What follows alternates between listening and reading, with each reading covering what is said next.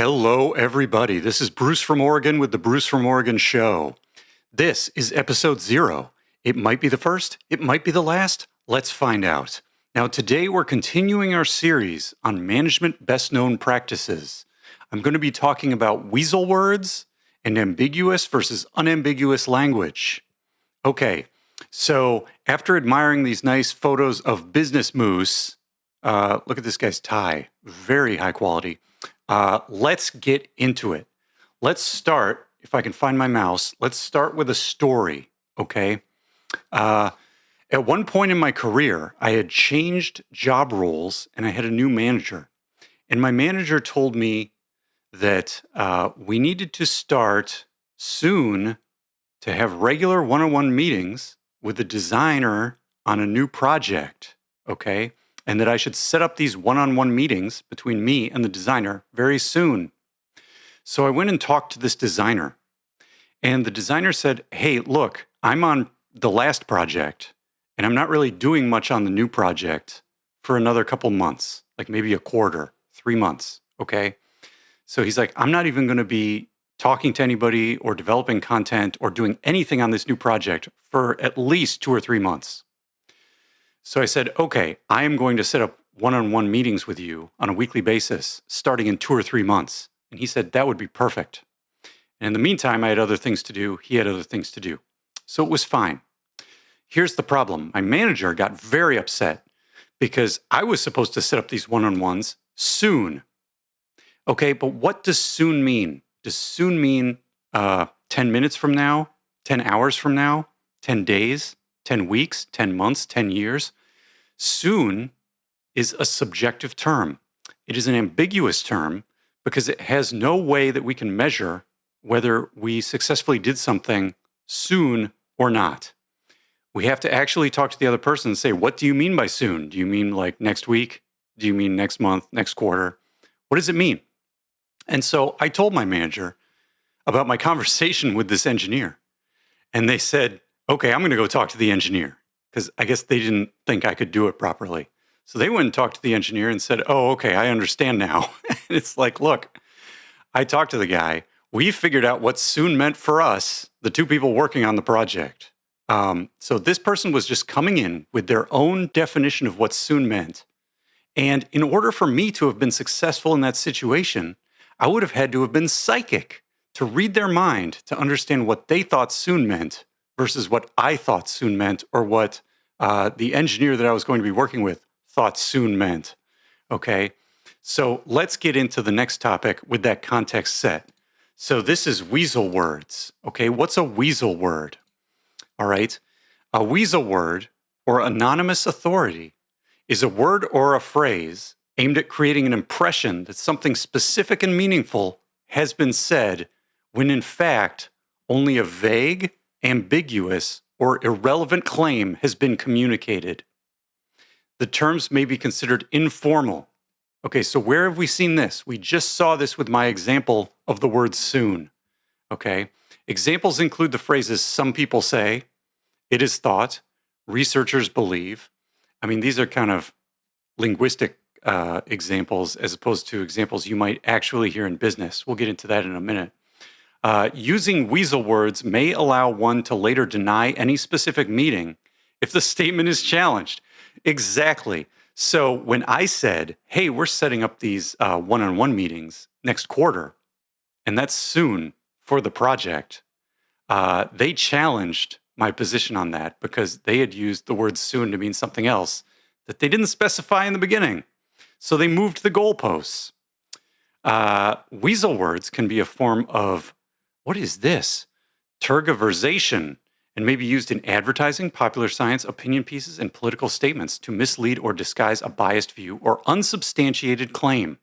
Yeah, and I think a lot of the times when people are using weasel words, they're not doing it because they're some sort of deceptive Mad Men style advertising executive and they're trying to pull the wool over your eyes.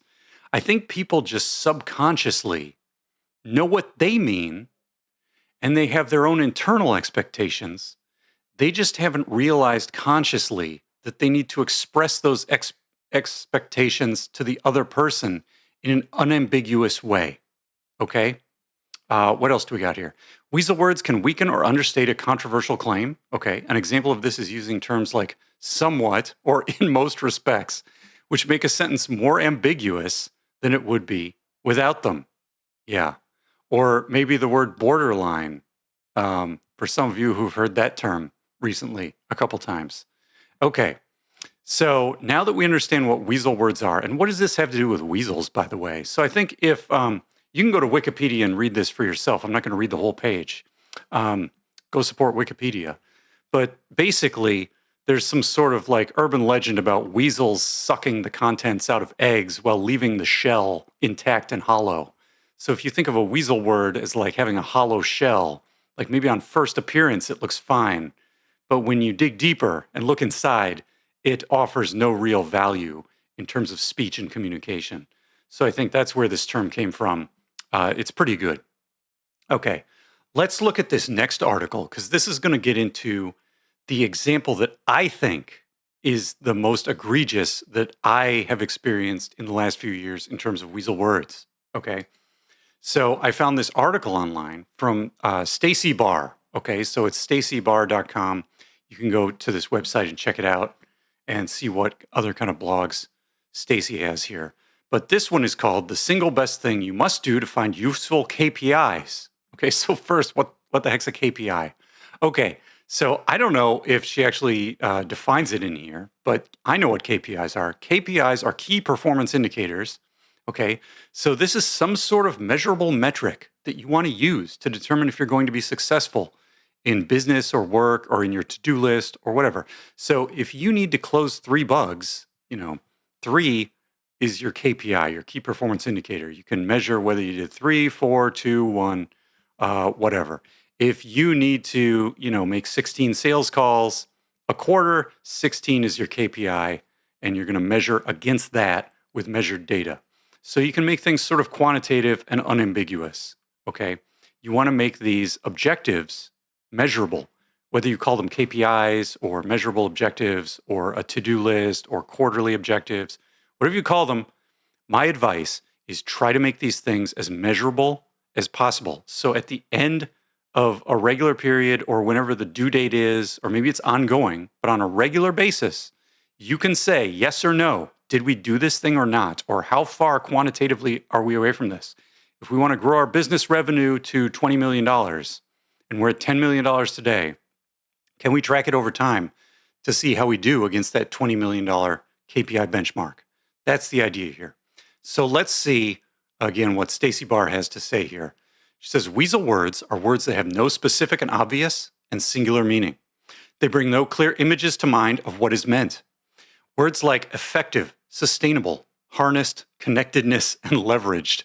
Weasel words have a stupefying effect on people's understanding of goals that are written with them, as well as rendering those goals unmeasurable. Okay?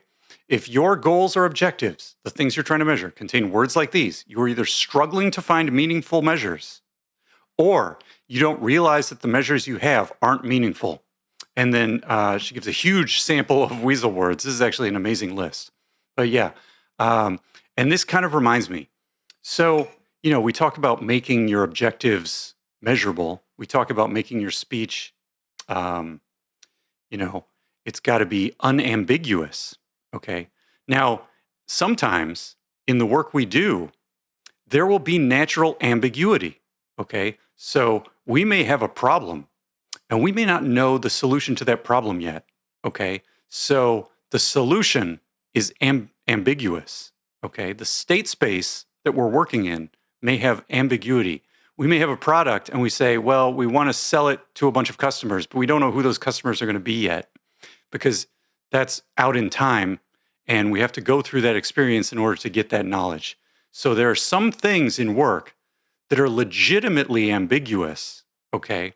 But here's the thing, when we're doing management and when we're doing planning, even if it's for ourselves, if we're not a manager, we're an individual contributor, okay, and we have a to-do list or quarterly objectives, there is zero reason for those things to be ambiguous. Okay, the things we're talking about might be ambiguous, but our plans and our objectives and our KPIs should never be ambiguous. Okay, that is my management advice. Now, in this document, okay, there's a huge list of what Stacy Bar here, stacybar.com, considers a weasel word. And if you look through this list, I'm not going to go through this whole list because we'll be here for an hour. And I only want this video to be like 15 or 20 minutes. But the word that pops out to me here is drive. I cannot go a day at my high-tech job without hearing somebody say the word drive, okay?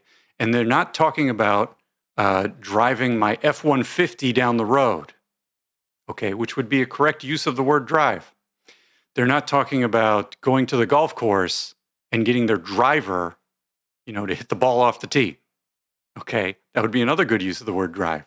They're not talking about getting a power drill and driving a screw into a 2x4, okay? They're not talking about that at all. They're using drive to create needless ambiguity in their speech. And I think a lot of people don't even realize they're doing it consciously. They're not trying to pull a fast one on you. They mean well, okay? They just haven't recognized or woken up or gotten to the conscious part of understanding that in the context of going to a job and talking to your manager, the word drive is meaningless. You cannot measure it. If I tell an employee that he needs to go, let's say we have some new technology, Moose Antlers 2.0, and I tell my employee, Jim, you need to go drive Moose Antlers 2.0 technology. What the hell does that mean? At the end of a quarter, at the end of a year, if I told Jim to go drive Moose Antler 2.0, how do I know whether he did it or not? It opens the door for me at the end of the quarter or the end of the year or whenever to say, Jim, you failed. Because I can now move the goalposts relative to whatever he did. Maybe in his mind, driving Antler Tech 2.0 means doing A, B, C, and D. But in my mind, maybe it means doing C, D, E, and F, and G.